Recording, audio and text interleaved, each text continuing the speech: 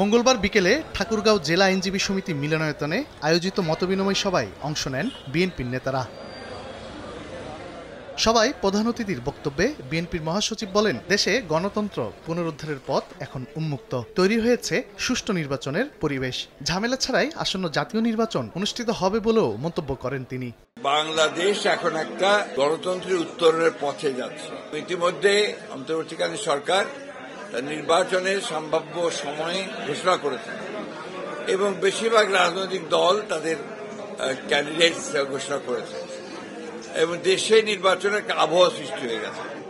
সুতরাং আমরা অত্যন্ত আশাবাদী যে কোন রকম ঝামেলা ছাড়াই 26 ফেব্রুয়ারির প্রথম দিকে বা মধ্যবর্তী সময়ে নির্বাচন অনুষ্ঠিত হবে। বিএনপি বড় রাজনৈতিক দল, তাই এক আসনে একাধিক প্রার্থী থাকলে সমস্যা নেই বলেও মন্তব্য করেন মির্জা ফখরুল ইসলাম আলমগীর।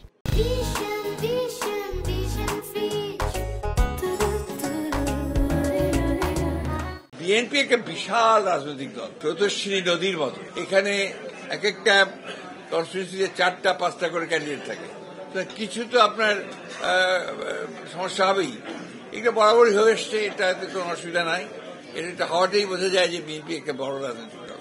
এদিন নয়াপল্টনে কেন্দ্রীয় কার্যালয়ে সংবাদ সম্মেলনে বিএনপির সিনিয়র যুগ্ম মহাসচিব রুহুল কবির রিজভী বলেন, দেশের মানুষ নির্বাচনের দিনই গণভোট চায়। ফ্যাসিবাদ বিরোধী বেশিরভাগ রাজনৈতিক দলেরও একই দাবি।